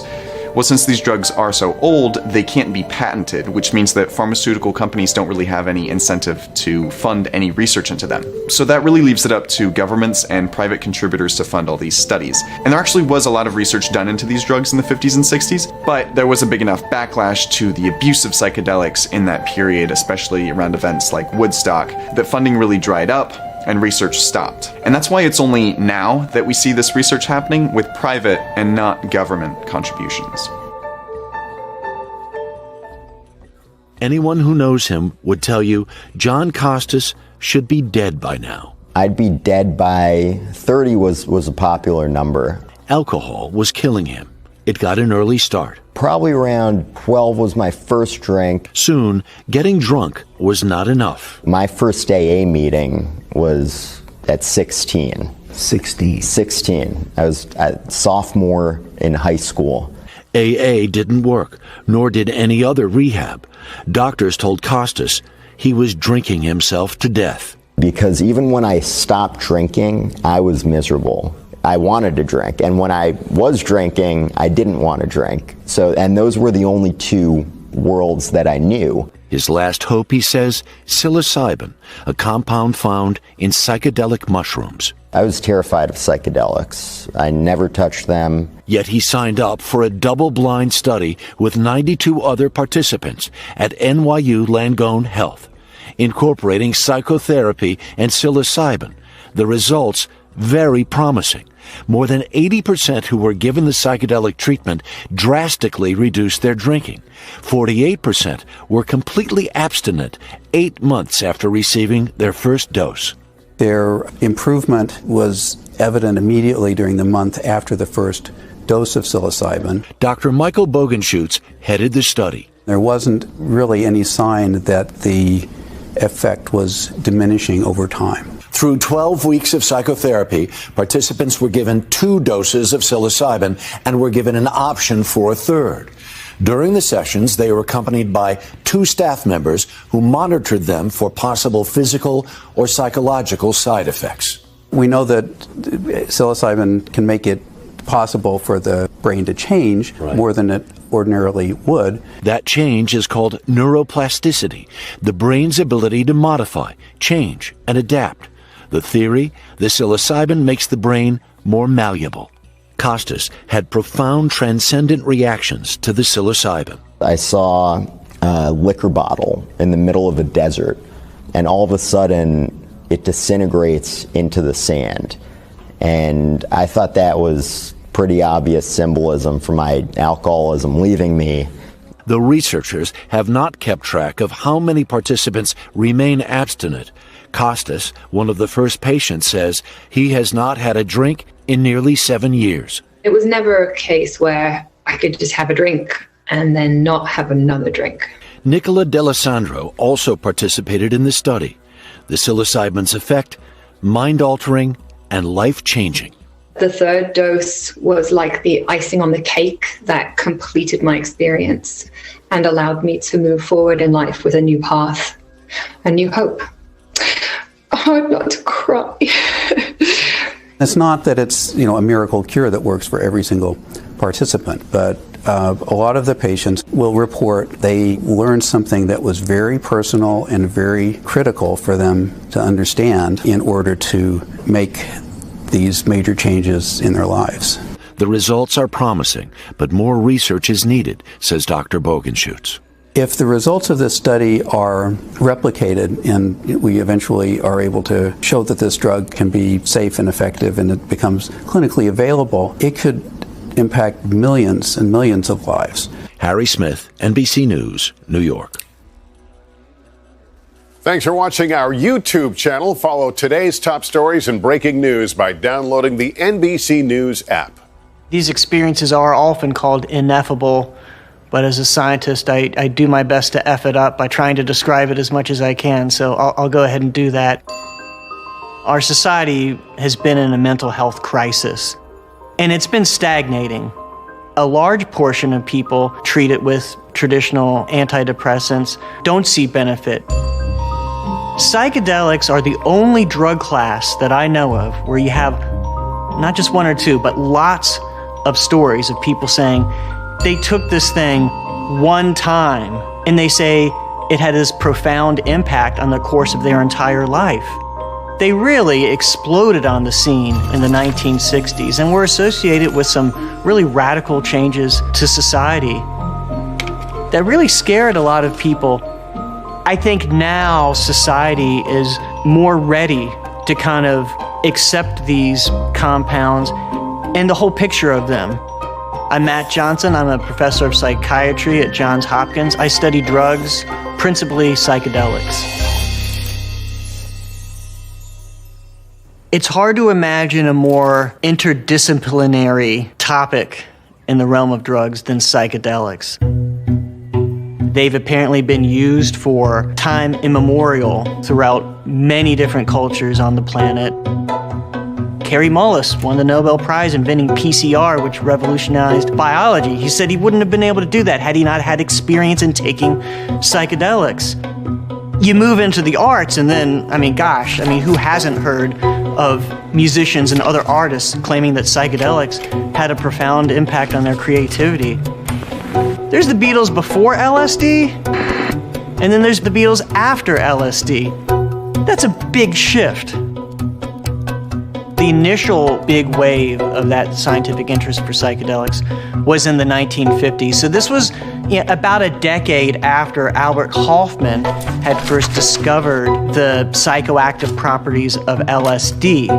There was a group in Maryland called the Spring Grove Group, a lot of early research there, particularly with cancer patients. But I would say one of the most important groups in the history of this work was led by Abram Halfer and Humphrey Osmond in Saskatchewan, Canada.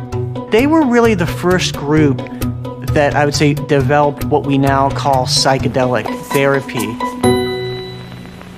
There was this growing appreciation of some of the risks and the safeguards needed to minimize those risks, but not every investigator was aware of this. There was some unethical research, some wild research. There was controversy surrounding Timothy Leary, especially after he was fired from Harvard. Turn on, tune in, and drop out. Psychedelics became so associated with the counterculture. Society was, in a sense, traumatized. It all came to a halt. There were researchers that were running sessions and got the notices they just had to stop. The rug is pulled out for decades before there's a reinitiation. The research that's happening now, a lot of it is exploring medical applications. These are all drugs that can have a profound effect on one's sense of reality, including one's sense of self. I think kind of the only bet you can make is that if you have the dose high enough, something really interesting is going to happen. You might find yourself in your mind's eye, soaring in the heavens, the secrets of the universe seemingly revealed to you. On the other hand, 5 seconds later, it might collapse into what folks call a bad trip, where one could feel that they're going to die. It's sort of this massive shakeup in one's experience of reality. I'm floored when people with really substantial life experience will say things like, this was the most meaningful experience of their life. Compared to the intensity of the subjective effects, it's remarkable how little impact these substances have on physiology. Your heart rate, your blood pressure, everything has its risk, to be clear. But compared to other drug classes, psychedelics are really robustly safe at the physiological level. My therapeutic research with psychedelics has primarily used psilocybin, which is the agent in magic mushrooms. The dose we now give to patients is anywhere from 30 milligrams to 40 milligrams, which Terence McKenna, who's the famous psychedelic bard, would refer to repeatedly as the heroic dose. If a microdose is over here and a recreational dose is over here, we're way over here. When someone comes in for the day of their psychedelic session, they've already spent several hours with us on previous days preparing for the experience, developing that rapport. We know that all drugs are in part shaped by the context in which they're given, but for the psychedelic substances, that's particularly more so. So when you provide it in more of a warm, welcoming situation, you tend to get more meaningful reactions to the substance. When the experience unfolds, the person is going to lay down, wear eye shades and headphones through which music is played. The idea is kind of get out of your normal, everyday, discursive, analyzing intellect. We really just encourage them to trust, let go, and be open. Trust the overall process. Going into this type of treatment is not easy at all. Trust yourself that you're robust. You're going to get through this experience. Let go. What does let go mean? Let go means whatever your preconceived notions of what this experience might be or what experience you should have, don't let that get in the way for the experience that you will have. Don't try to control it. And be open. No matter where this takes you, go there. Whatever the experience is, take the orientation of, this is what I need to deal with. The range of experiences are just so broad.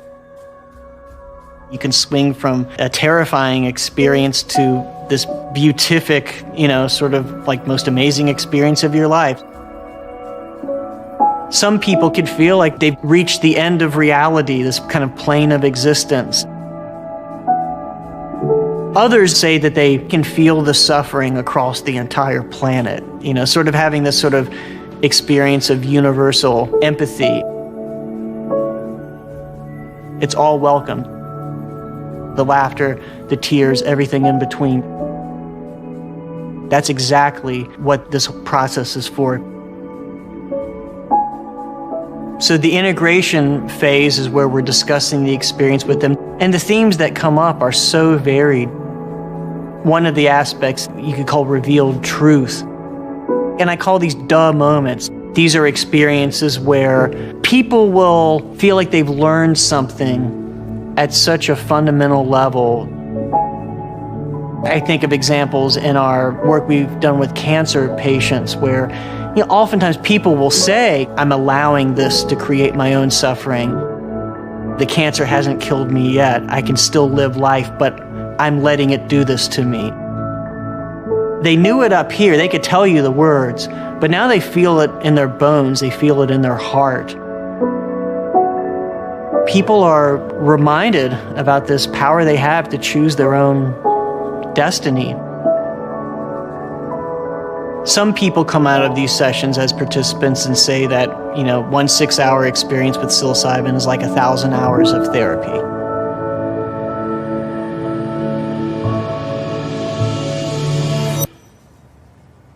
But one of the pitfalls of this clinical work is that you'd be hard-pressed to find a more intimate and vulnerable psychological intervention for a person. That's just a situation that is ripe for abuses if we don't have the right safeguards.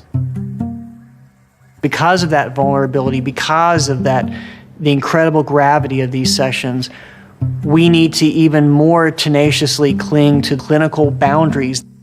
We need to limit the use of therapeutic touch. A subtler form of abuse is just filling in the blanks for people. I call it the guru complex. People often confront big picture questions. What is the meaning of life? Does God exist? What's the big picture of everything that's going on? What am I? On those metaphysical questions, we really have to be silent. In the biggest picture, aside from psychedelics' ability to treat one disorder or another, I think they're just poised to really help us to understand the nature of psychiatric disorders. What commonalities do they have with each other that are somehow being addressed by psychedelic treatment? I kind of think of all of these disorders as different forms of addiction. So whether it's to a substance like tobacco or alcohol, cocaine, or a way of thinking about yourself, it's this narrowed mental and behavioral repertoire. Reality used to be like this, and now your reality is like this. And psychedelics, when done well, in the right setting, had the ability to just blow people out of that narrowed story. It holds a lot of promise in helping us figure out what it takes for the human being to be mentally healthy. DMT, or N,N-dimethyltryptamine, is found in a number of plants that are indigenous to South America. The Sonoran desert toad is known to have 5-MeO-DMT in its venom. This drug is molecularly similar to DMT. It is 4 to 6 times more powerful than DMT and can cause serotonin syndrome at higher doses. It is also known to cause hypothermia at lower doses in rats and hyperthermia at higher doses. When consumed with a monoamine oxidase inhibitor, it could be deadly. Through extensive research, it is proposed that DMT is endogenous and originally starts off as tryptophan. Through the action of enzymes, it is converted to tryptamine, then to NMT, and then to the final product of DMT. DMT is structurally similar to serotonin. Serotonin is a neurochemical and is associated with controlling mood, appetite, sleep, memory, and learning. The drug acts as a serotonin agonist and binds to many serotonin receptors, in particular the 5-HT2A receptor, which is linked to the psychedelic activity of the drug. It can also act as an agonist to the metabotropic glutamate receptor 2, which is also said to contribute to the psychedelic effects. Research proposing that DMT is endogenously produced in the human brain has also led to the speculations regarding its role in certain physiological and neurological states. In the 1960s and 70s, it was proposed that DMT was involved in psychosis and schizophrenia. This hypothesis was developed from the comparisons of the blood and urine samples of patients who had schizophrenia and control subjects. However, the research was deemed inconclusive. DMT was also linked with proteins that help promote the maintenance of long-term memory and regeneration of neurons. The drug has the ability to bind to organelles such as mitochondria and endoplasmic reticulum, and could possibly have the ability to even kill certain cancer cells. In 2013, researchers found DMT in the pineal glands of rodents. In the following year, researchers have stated that the biosynthesis of DMT takes place in the melanoma cell line. Dr. Rick Strassman believes that DMT is a spirit molecule. He claims that DMT is released while we dream, and furthermore in large quantities during traumatic experiences. However, these claims have not yet been proven. DMT is typically inhaled. A light dose is considered to be 10 to 20 milligrams, a more common dose is 20 to 40 milligrams, and a high dose is somewhere between 40 to 60 milligrams. When DMT is inhaled, it lasts around 10 to 15 minutes and can begin to work within a minute. Although the duration is short, many subjects have stated it feels much longer, with some even expressing that it feels like an eternity.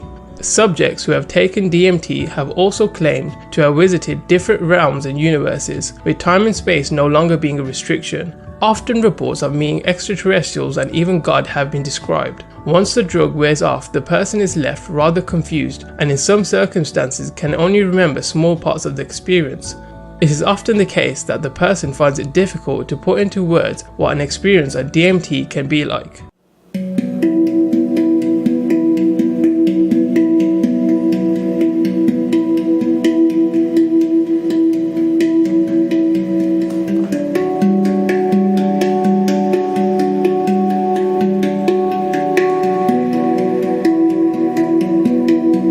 You're listening to the Pace Radio Network, here at paceradio.net.